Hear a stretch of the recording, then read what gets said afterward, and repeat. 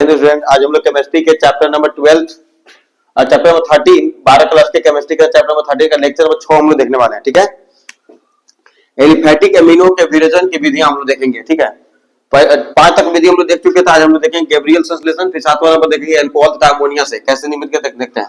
इस विधि में सर्वप्रथम पोटेशियम थैलेमाइड को एल्काइल हाइलाइड से अभिक्रिया कराकर, पोटेशियम थैलेमाइड है, पोटेशियम थैलेमाइड यहाँ एल्काइल हाइलाइड से अभिक्रिया कराकर क्या करते हैं, इसको एल्काइल थैलामाइड प्राप्त करते हैं। एल्काइल थैलामाइड प्राप्त होगा तो एल्काइल थैलामाइड का फिर जलांशन करेंगे तब जाकर पोटेशियम थैलामाइड मिलेगा। ठीक है, तब पोटेशियम थैलामाइड मिलेगा और साथ साथ एमीन मिलेगा हमको। ठीक है, जलांशन किया जाता है, जलांशन के फलस्वरूप प्राथमिक एमीन प्राप्त होता है, 1 डिग्री एमीन प्राप्त होगा। ठीक है, क्योंकि इसमें क्यों कार्बन संयुक्त जुड़ा हुआ है N2। ठीक है, अच्छा देख सकते हैं अभी क्या दिया हुआ है। इसके बाद अल्कोहल संश्लेषण।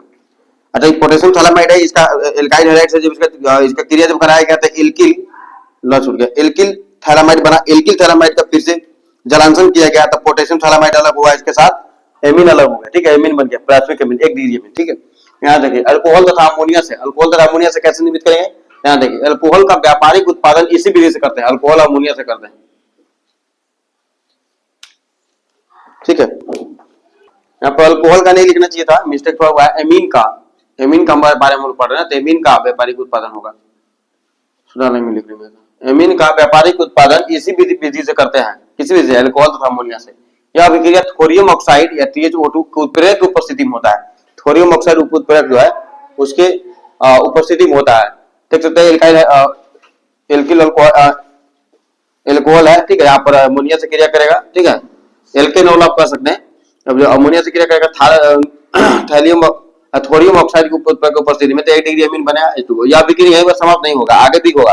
ठीक है, फिर से यह अम्ल, फिर से यह अल्कोहल से जब क्रिया करेगा, यानी कि अभिक्रिया यही समाप्त नहीं होती है। RNH2 फिर ROH अभिक्रिया कर R2NH देता है, RNH देता है, फिर भी R2NH अल्कोहल से अभिक्रिया कर 3 डिग्री एमीन देता है। ठीक है, अब देख सकते हैं ROH फिर से क्रिया किया RNH2 से। ठीक है, तो ये क्या दे दिया, R2NH हो गया। ठीक है, 2 डिग्री एमीन हो गया, 1 डिग्री एमीन था। फिर से क्रिया करेगा, फिर अल्कोहल से क्रिया करेगा ये।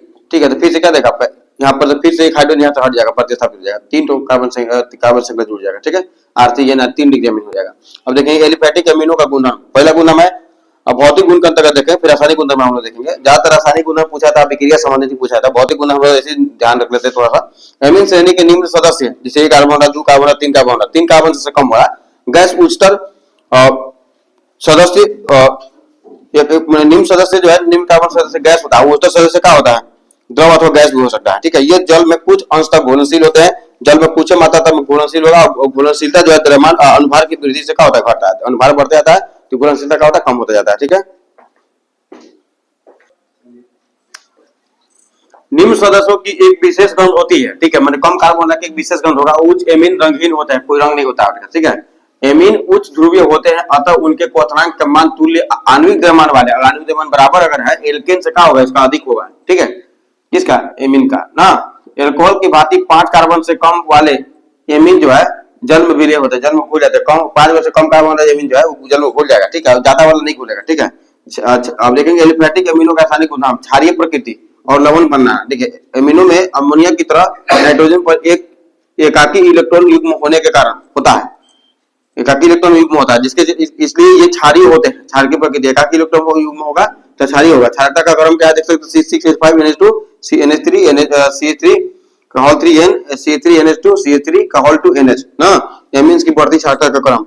और द्वितीयक एमीन की क्षारकता प्राथमिक एमीन से कम होती है। द्वितीयक एमीन की क्षारकता जो प्राथमिक एमीन से कम होगा, परंतु तृतीयक एमीन की क्षारकता त्रिविम विनाशी बाधा के कारण, ठीक है, प्राथमिक और द्वितीयक एमीन से कम होते। ठीक है, तो मिलते हैं नेक्स्ट वीडियो में। Thanks for watching.